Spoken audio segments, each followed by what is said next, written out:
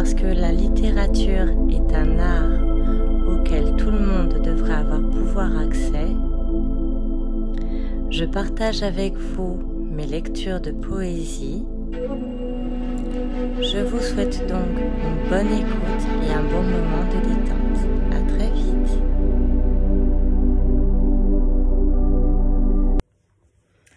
Coucou mes petits tranquillous. Est-ce que vous êtes bien installés pour la lecture de poèmes d'aujourd'hui? Donc j'ai acheté un nouveau livre de poèmes. Aujourd'hui ce sera donc du Arthur Rimbaud. Le titre du poème: Les étrennes des orphelins. La chambre est pleine d'ombre. On entend vaguement de deux enfants le triste et doux chuchotement. Le front se penche, encore alourdi par le rêve. Sous le long rideau blanc qui tremble et se soulève. Au dehors, les oiseaux se rapprochent frileux. Les ailes s'alourdissent sous le ton gris des cieux. Et la nouvelle année, à la suite brumeuse, laisse entraîner les plis de sa robe neigeuse, sourit avec des pleurs et chante en grelottant. Or, les petits enfants, sous le rideau flottant, parlent bas comme on fait dans une nuit obscure. Ils écoutent, pensifs, comme un lointain murmure.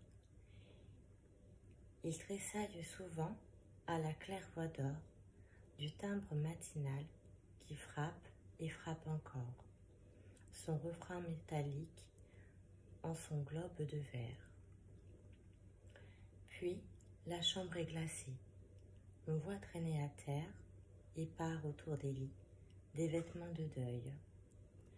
L'âpre bise d'hiver se lamente au seuil, souffle dans le logis son haleine morose. On sent dans tout cela qu'il manque quelque chose.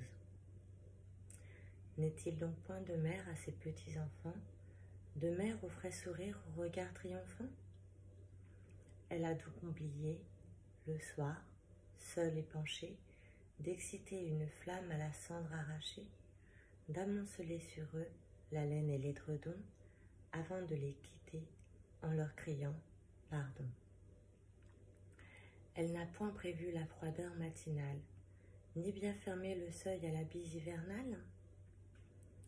Le rêve maternel, c'est le tiède tapis, c'est le nid cotonneux où les enfants tapis, comme de beaux oiseaux qui balancent les branches, dorment leur doux sommeil plein de visions blanches. Et là, c'est comme un nid sans plumes, sans chaleur, où les petits ont froid, ne dorment pas, ont peur. Un nid qui doit avoir glacé la bise amère. Votre cœur l'a compris, ces enfants sont sans mère, plus de mère au logis, et le père est bien loin. Une vieille servante alors en a pris soin. Les petits sont tout seuls dans la maison glacée. Orphelins de 4 ans, voilà qu'en leur pensée s'éveille par degrés un souvenir riant, comme un chapelet qu'on égrène en priant. Ah, quel beau matin que ce matin des étrennes! Chacun, pendant la nuit, avait rêvé des siennes. Quelques songes étranges où l'on voyait Joujou, bonbons habillés d'or, étincelants bijoux, tourbillonner, danser et une danse sonore, puis fuir sous le rideau, puis reparaître encore. On s'éveillait matin, on se levait joyeux, les lèvres affriandées en se frottant les yeux. On allait les cheveux emmêlés sur la tête, les yeux tout rayonnants comme un grand jour de fête. Les petits pieds nus effleuraient le plancher, aux portes des parents tout doucement touchés. On entrait, puis alors on souhaitait, en chemise, les baisers répétés et la gaieté permise. Ah, c'était si charmant, ces mots dits tant de fois. Mais comme il est changé, le logis d'autrefois. Un grand feu pétillait, clair dans la cheminée. Toute la vieille chambre était illuminée, et les reflets vermeils sortis du grand foyer, sous les meubles vernis, aimaient à tournoyer. L'armoire était sans clé la grande armoire. On regardait souvent sa porte brune et noire, sans clé, c'était étrange. On rêvait bien des fois au mystère dormant entre ses flancs de bois, et l'on croyait ouïr, au fond de la serrure, béante, un lointain, vague et joyeux murmure. La chambre des parents est bien vide aujourd'hui, aucun reflet vermeil sous la porte n'a lui. Il n'est point de parents, de foyer, de clés prises.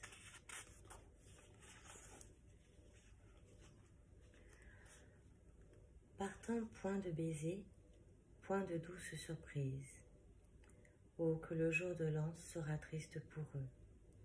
Et tout pensif, tandis que dans leurs grands yeux bleus, silencieux, tombe une larme amère. Ils murmurent, quand donc reviendra notre mère? Maintenant les petits sommeillent tristement. Vous diriez aller voir qu'ils pleurent en dormant, tant leurs yeux sont gonflés et leur souffle pénible. Les tout petits enfants au cœur si sensible. Mais l'ange des berceaux vient essuyer leurs yeux, et dans ce lourd sommeil mit un rêve joyeux, un rêve si joyeux que leurs lèvres mi-closes, souriantes, semblaient murmurer quelque chose. Ils rêvent que, penchés sur leurs petits bras ronds, doux gestes de réveil, ils avancent leur front. Et leurs vagues regards autour d'eux reposent. Ils se croient endormis dans un paradis rose. Au foyer plein d'éclairs chante gaiement le feu. Par la fenêtre, on voit là-bas un beau ciel bleu. La nature s'éveille et de rayons s'enivre. La terre demi-nue, heureuse de revivre.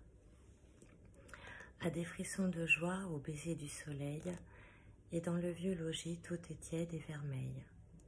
Les sombres vêtements ne jonchent plus la terre. La bise sous le seuil a fini par se taire. On dirait qu'une fille a passé dans cela. Les enfants tout joyeux ont jeté 2 cris. Là, près du lit maternel, dans un beau rayon rose, là sur le tapis resplendit quelque chose. Ce sont des médaillons, argentés, noirs et blancs, de la nacre et du jet aux reflets scintillants. Des petits cadres noirs, des couronnes de verre, ayant 3 mots gravés en or, à notre mère.